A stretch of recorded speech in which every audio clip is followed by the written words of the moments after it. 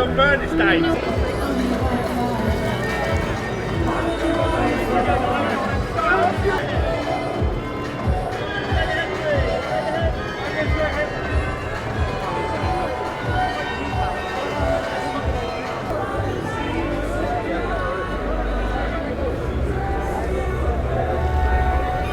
Right hand side.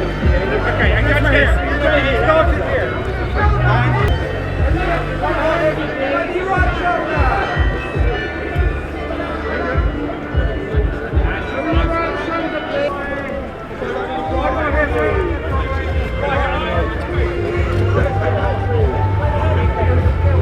Over to your left side, please. To your left side. Over to your left.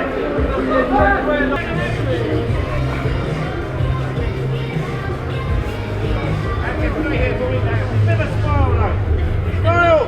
And eyes this way, please. Look at the movie.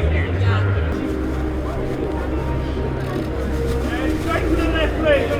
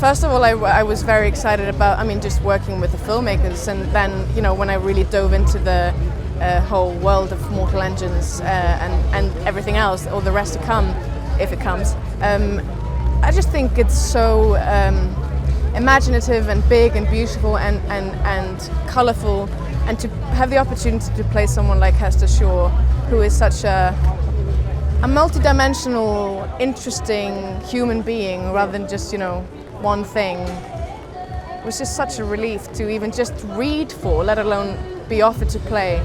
So I'm just so glad that Philip Reeve wrote her, and that we're now able to put her on the screen, and hopefully people can enjoy her in some way.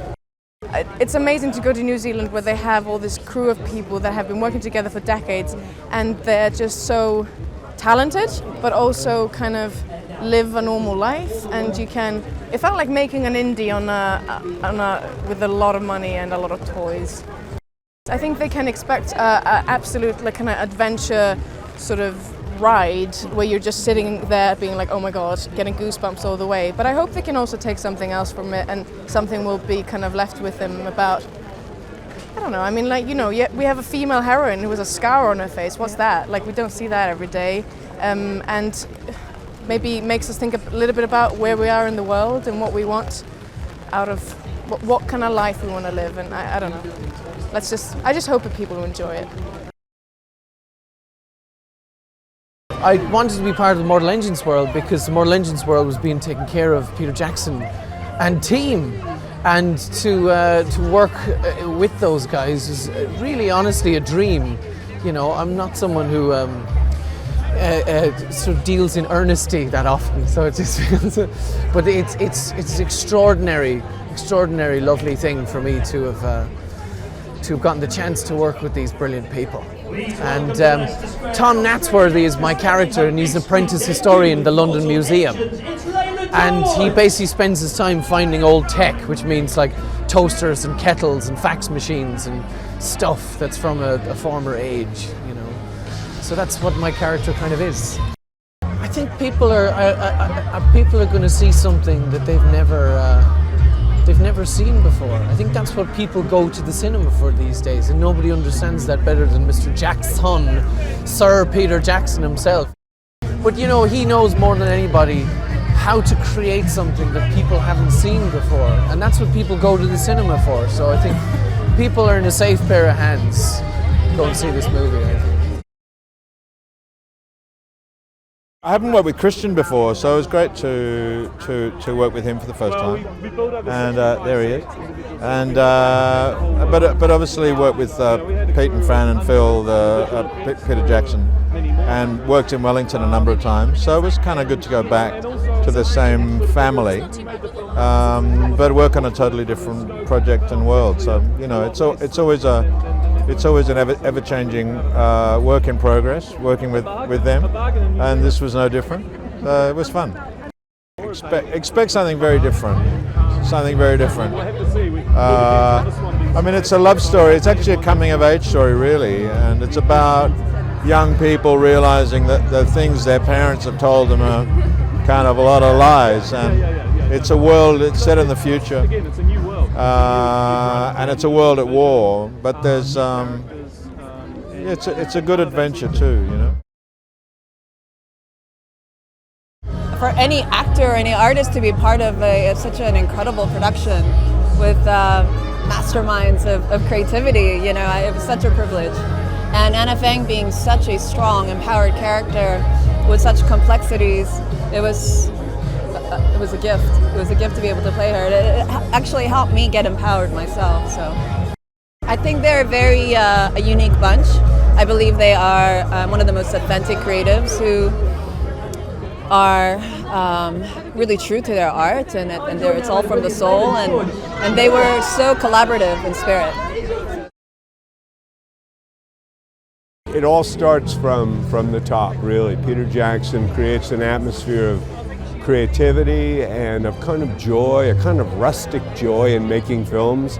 There's something, as big as film as this is, there's something homemade about it, you know? You feel you're working among friends, you feel you've been invited into a family when you're working here, and I just felt every day on set, it was certainly challenging, the work, but it was also so collegial. It was a very, very, very, very friendly, good place to be.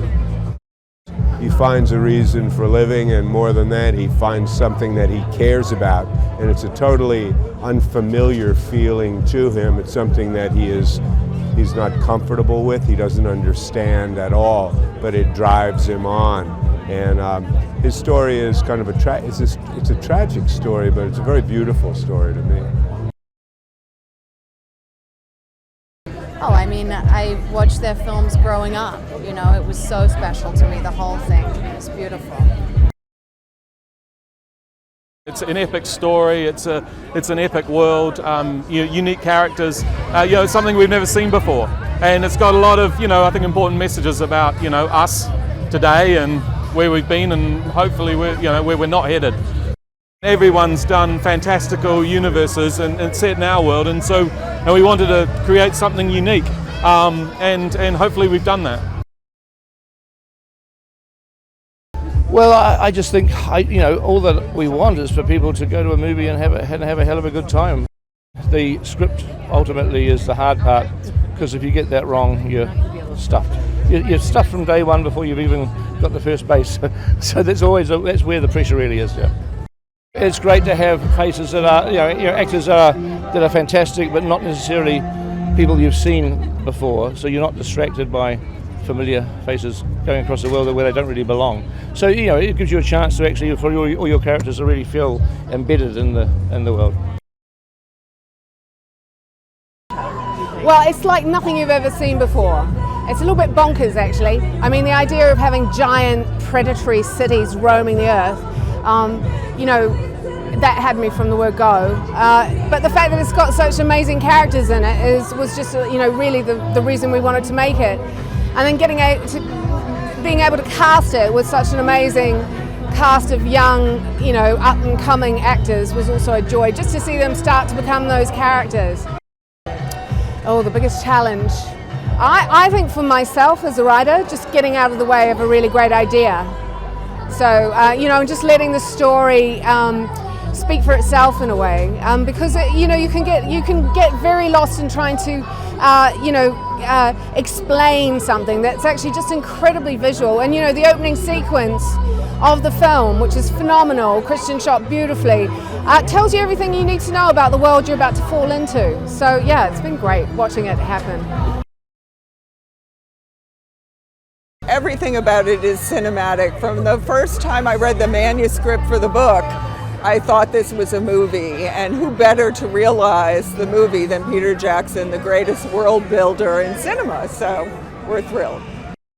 My biggest challenge was convincing Peter Jackson to do it. He wanted to do it, but just finding the time, and because he was the perfect person to get behind this project. And Christian, he put together a team that is just ideal, so we're thrilled. Did you know that in Lord of the Rings, The Two Towers, there is a scene where Aragorn believes that Merry and Pippin have been killed? Furious with himself, he kicks a nearby orc helmet and howls with rage, falling to his knees. As emotional as this is, Viggo Mortensen was channeling real pain into his screen because kicking the orc helmet had broken one of his toes. Like a true professional, Mortensen decided to act through it rather than call cut.